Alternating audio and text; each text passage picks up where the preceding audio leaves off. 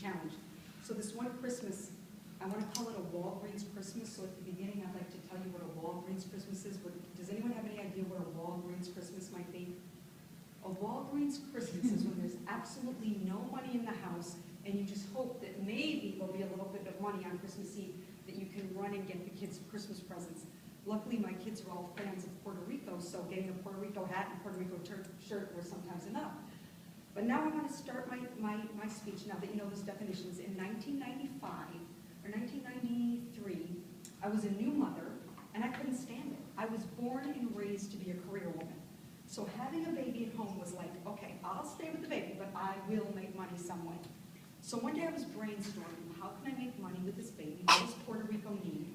And I thought, security. What can I do with security? Because crime is always a problem. I thought, mace. I can sell mace. And I put an ad in the newspaper, and I put sales reps needed to sell mace, and I bought the mace wholesale from the States, and I had these reps out. Well, I had this one rep named Myrna. Myrna had these little 5 kids tagging along behind her, and they all took their mace, and they'd go to Lucia, and they'd come back with no money. Because the money they made, they needed it before they got to my house. So I basically adopted this family, Myrna and her children, and she had one son with a medical issue, a very serious medical issue that required lots of money. So I was constantly, here's another 100, here's 50, here's this and that. And my business started to take off over the years, so I was able to help more and more. Well, his son's medical condition got so bad when he was 13 that they had to move to Boca Raton. But the calls still came. Molly, I need another 100. Molly, I'm in the emergency room, Molly, Molly, Molly, which was a pleasure to do. But came the day when I could no longer do it, and I'm sure it was very incomprehensible for her to imagine that I didn't have any money. She'd call me up and she'd say, I need money. I said, Myrna, I'm so sorry. I really don't even have $10 to give you. I don't have any money. And I would literally fall in the bathroom and just bawl. Like, I want to help this woman, and I can't help this woman. Meanwhile, she moves to Boca to take care of her son, and my father ends up in a nursing home in Fort Lauderdale. So I said, Myrna, if you ever think about it, could you just go visit my dad once in a while? He's at such and such address. Completely forgot about it. Then we get to 2009, and we're having a Walgreens Christmas.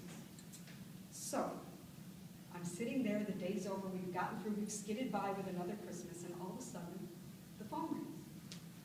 And I'm angry at this point, because I've had such a miserable Christmas. I'm like, Myrna, I can say, what part of I don't have it do you not get?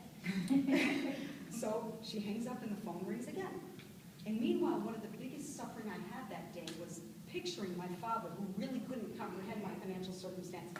When I say financial circumstance, I'm saying no toilet paper in my house. I mean financial circumstance.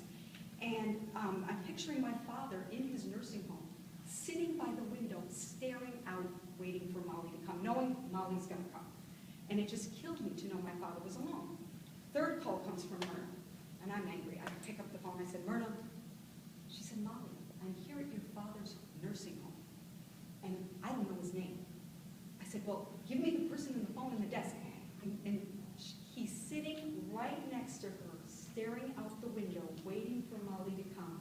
And meanwhile, Myrna wraps herself around him, showers him with gifts and family, and it was such a relief that I answered the phone. That day ended, and a year later, I go to visit my father in the nursing home, and he starts telling me about that Christmas day and how horrific it was and how painful it was that he was alone, hoping that I would walk through the door and staring out the glass.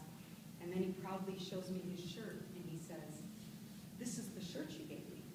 And I said, I don't know what you're talking about. He said, well, remember the lady you sent on Christmas Day that brought me all these gifts?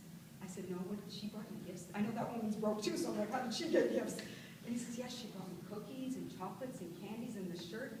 And I said, Dad, I didn't send her.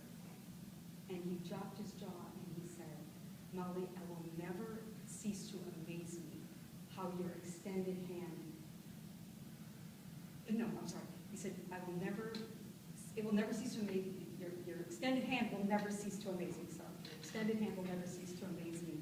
And, it's funny because I believe a lot in sowing, and I don't believe in giving. I've never given anybody anything. When I give, I believe I'm sowing.